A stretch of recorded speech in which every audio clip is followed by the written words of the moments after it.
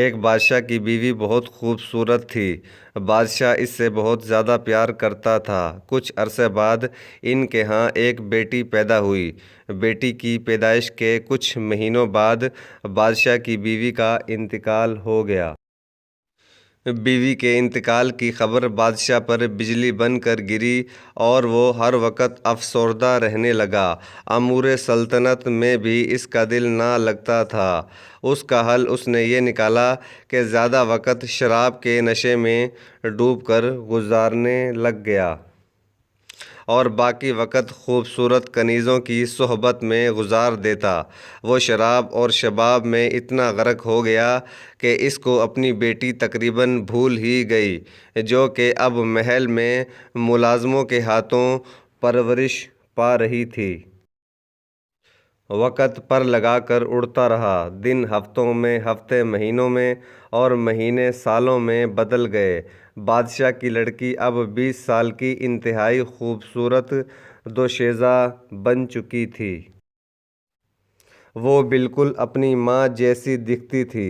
ایک دن اچانک بادشاہ کی نظر اس پر پڑی تو وہ چونک گیا۔ وہ کافی دیر تک اپنی بیٹی کو دیکھتا رہا، جو جوان ہو کر بالکل اپنی ماں یعنی بادشاہ کی مرحومہ بیوی کی ہم شکل بن چکی تھی۔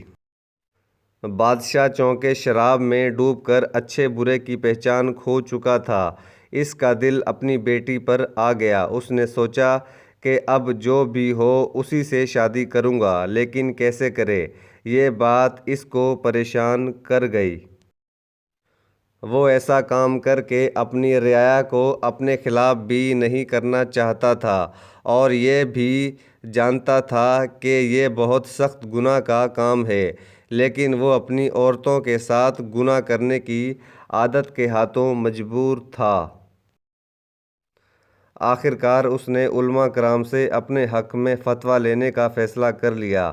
اس نے سوچا کہ وہ کسی عالم کو سونے چاندی کا لالچ دے کر اپنے حق میں فیصلہ کروا لے گا، پھر وہ اپنی بیٹی سے شادی بھی رچا لے گا اور گناہ بھی فتویٰ دینے والے کے سر ہوگا۔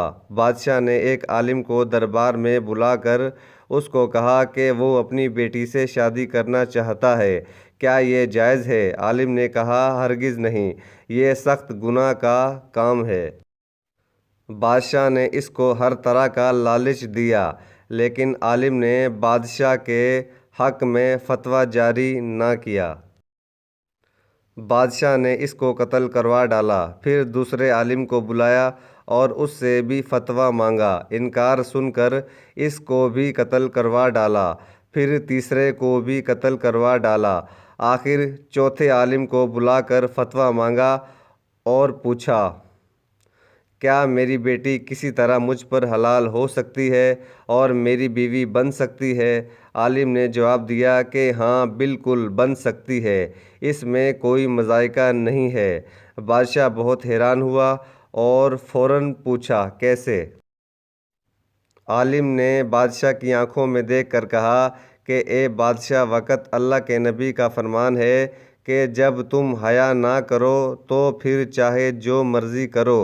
جب تم بے حیا بن کر اپنی بیٹی سے شادی کا سوچ ہی لیا ہے تو پھر تم پر سب کچھ جائز ہے، کیونکہ تم بے حیا بن چکے ہو۔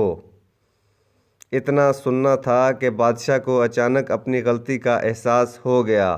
وہ روتا جاتا تھا اور اپنے گناہوں کی معافی مانگے جاتا تھا۔